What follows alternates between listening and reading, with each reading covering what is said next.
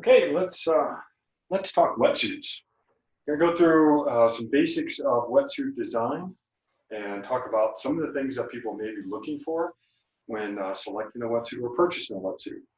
I've got a whole bunch of wetsuits here. I've got a bunch in this pile. I've got some over here, and I'm gonna go through really just sort of the basic concepts here. I'm gonna start with these two here. Uh, this is a sleeveless wetsuit, because it has no sleeves, or some people will call it a Farmer John. You have the smooth part in the front, and you've got the zipper in back. Unfortunately, I've seen too many people put the zipper on the front, and that's usually an indication that maybe the first time that they've worn the wetsuit, thinking it just makes sense to have a zipper in the front. But you want it on the back side, so the smooth part is helping reduce the drag force during swimming, the drag resistance force. People will select this type of wetsuit when they are looking for something that doesn't really restrict the shoulders. Some people get a little uncomfortable, and I'll show you a full sleeve wetsuit in a second. But this is really a very comfortable wetsuit, and it's comfortable mostly in warmer water than in colder water. Now, a wetsuit by design gets you wet inside. That is, water will go inside the wetsuit, and a layer of water will exist between the neoprene and your skin, your body heats up that layer of water. And that becomes an insulating layer. And that's what actually keeps you warm in a wetsuit. The warmth capability of a wetsuit is dependent on how thick the neoprene is. The thicker the neoprene, the more warmth it will provide. The thicker the neoprene, the more buoyancy it will provide as well.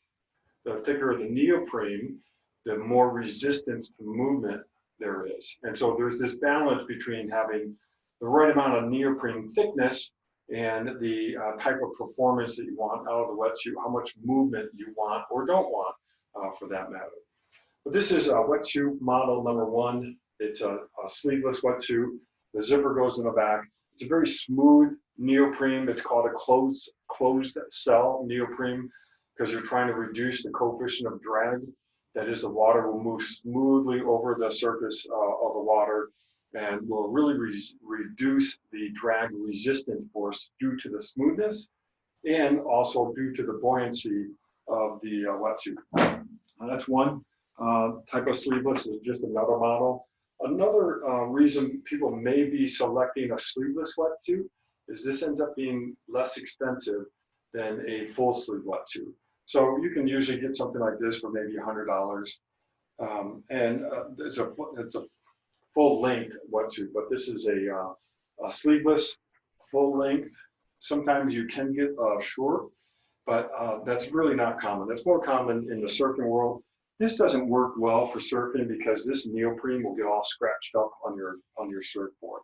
And likewise, a surfboard or a surfing wetsuit won't work well for a triathlon because the surfing wetsuit is much rougher on the front surface of the wetsuit.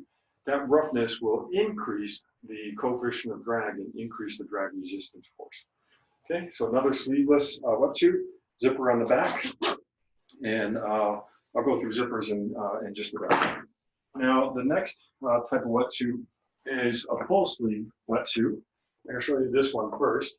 Okay, this is made by Who, one of the companies that we work with, and they call it a 3-5. That means it's 3 millimeters thickness of neoprene on the top side and 5 millimeters thickness on the bottom side. Why 5 in the bottom? Not for thermal regulation. You don't need thermal regulation down here. You need more thermal regulation up top. The 5 is really to provide more buoyancy in the legs. Far too often swimmers swim so that their lower body is dragging in the water. But by wearing a wetsuit, especially with some good neoprene and good buoyancy in the legs, those legs will be brought upwards, and it will reduce the frontal area of the swimmer moving through the body of water, and therefore reduce drag resistance force. This is a thermal wetsuit, and then it's a little thicker down here at the thighs, but then also it's got a different type of layer. And so this layer is actually going to provide a little bit more warmth. I would use this type of wetsuit if I'm swimming in water that's under 60 degrees Fahrenheit. This becomes a very comfortable wetsuit to use in that. The downside of this wetsuit is it's a little tougher to move the arms, so it's a little bit more resistance in the shoulder, but it's a very warm type of wetsuit to use. Now, speaking of warm, you can also add on a neoprene cap, and the neoprene cap protects the head from getting cold, and most importantly, it really covers the ears, or as important, it covers the ear and prevents the water from going inside the ear canal. In fact, if you're really having a hard time swimming in cold water, what people will do is use earplugs to prevent that cold water from going in the ear, E-A-R. So there's two types of neoprene caps, one with a fixed strap like this, and one with a Velcro strap. I always suggest people to try them out ahead of time so you know which style is going to best fit your head and be most comfortable for swimming anywhere from 20 minutes to an hour to maybe even an hour and 45 minutes. These do really help a lot, and I'll wear these when the water temperature is under 60 degrees Fahrenheit. Over 60 degrees, now you want to be careful of not getting too warm, because what will happen, and we've actually seen this in research, when you start getting warmer, you'll just drop your swim speed a little bit so that you don't increase core temperature. Now, speaking of warmth, there's also, people can buy neoprene socks, and you have to check the rules of an event to know whether or not you can wear neoprene socks. In general, these are banned. They are not allowed for competition. However, sometimes the water temperature gets so low that a race organizer will say, okay, neoprene socks are allowed, or the surface of the entrance or exit to the water is so rough that they'll allow a neoprene sock. These are comfortable. They don't seem to interfere too much with swimming, but I have not seen any research on testing whether or not neoprene socks either aids in performance or hinders performance. So good little research project there if you're looking for one. And again, check the rules. You cannot wear anything on your hands unless it's an extreme triathlon where the water temperature is so cold that they'll allow you to wear gloves. But in general, there's no races that allow you to wear gloves. I've never done a race with gloves.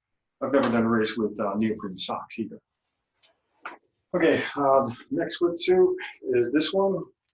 This actually is one I'll use in competition.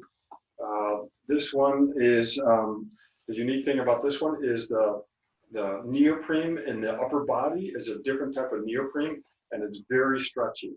And so very little resistance to shoulder movement during wearing this suit. Oh, and I should have mentioned the last one, and this one. This is a full sleeve. So obviously the full sleeve is covering the arm, whereas the sleeveless, these arms are off. Now, in general, the research has demonstrated that you'll swim faster in a full sleeve versus a sleeveless. All right, that's in general.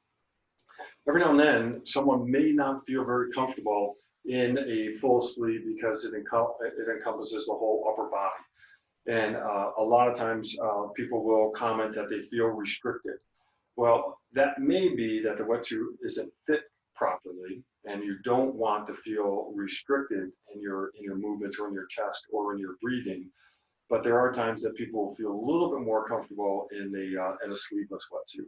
But in general, if you're going to try to swim fast, you're going to be wanting to wear a full sleeve wetsuit. And ultimately, if you're not comfortable in it, best thing you can do is go down the lake or go in the pool, practice putting it on. There's some tricks to making sure that the wetsuit is fit correctly so that it does not restrict the breathing in the upper body and allows for free movement of the shoulder. So let's see, this suit is, I think it also has, it's got a 43 down here. It's got a little different neoprene balance in the suit. In this model, they've actually added more neoprene, especially around the hips. One of the things that Hoop Designs has found is that if you lift the hips up, more so than even the legs, you tend to have a faster wetsuit. So this is, again, very smooth on the front, and it's providing buoyancy panels in specific areas to lift that body up and reduce the frontal area, which will reduce the drag resistance force. If you go back and listen to the interview with Dean Jackson, who designs, you'll hear him talk about how he is trying to design a lot of different wetsuits based upon swim technique. And if you know your swim technique, that may actually help you pick a particular style wetsuit, and that style is really going to be a function of where the buoyancy panels are showing up. All right, so that's one type of competition wetsuit. This is just another one. And this one is the same manufacturer. It's got something a little bit different on this one. Let's see, this is also, I think, the neoprene in the bottom half is more thick than the top half. But here, he's got a couple things. One is he has some different patches. The red here is actually a little different fabric, and it's not neoprene. And so the idea is that this is going to provide a little bit more freedom of movement of the upper body. This is great depending on how you swim. So this wetsuit allows for free movement of the shoulder. This one may actually allow a little bit more movement about the elbow. And depending on how you swim, this may actually be a more comfortable suit. But in general, what people are starting to do in open water swim is swim with less elbow flexion during the recovery phase of the stroke. And so this suit ends up being very, very effective for that type of stroke. Let's see, this also has some fabric down here. And the idea of this fabric is it's helpful to get the wetsuit off. Remember that once you exit the water, you've got to take this off to be able to get on your bike. Have a little bit more flexibility down here makes it easy to get over the heel and off the foot. And this one also, what Who Designs is working on is adding a little bit of compression horizontally, so transversely across the waist like this, and trying to add compression to pull the sides in. And one of the ideas is if you can add some compression to the upper body without reaching the point where it's discomfortable, then that might actually help with swimming faster. Okay, I think those are the major wetsuits. Cost of these wetsuits can range anywhere from $100 to almost $1,000. So one of the things I do is I have my competition wetsuits, and then I'll also have my practice wetsuit, which has a lot of yards on it, a lot of mileage on it. And so there's actually rips in it, cracks in the neck region here, and I don't really care about it. It's just for practice. So if I go down to the lake and I practice swimming, if I tear it a little bit, no big deal. Or if I need to loan a wetsuit out, I'll loan this one out. Look, the ankle is a little bit ripped down here. I don't worry about it. My competition wetsuit, I keep that aside. I use that for races. Maybe I'll practice swimming in it once prior to the race, just to make sure that it's feeling good and I'm used to it. But other than that, I leave my competition suit out for competition, and then I use a practice suit for practice. Okay, that's it on wetsuit designs. Thanks.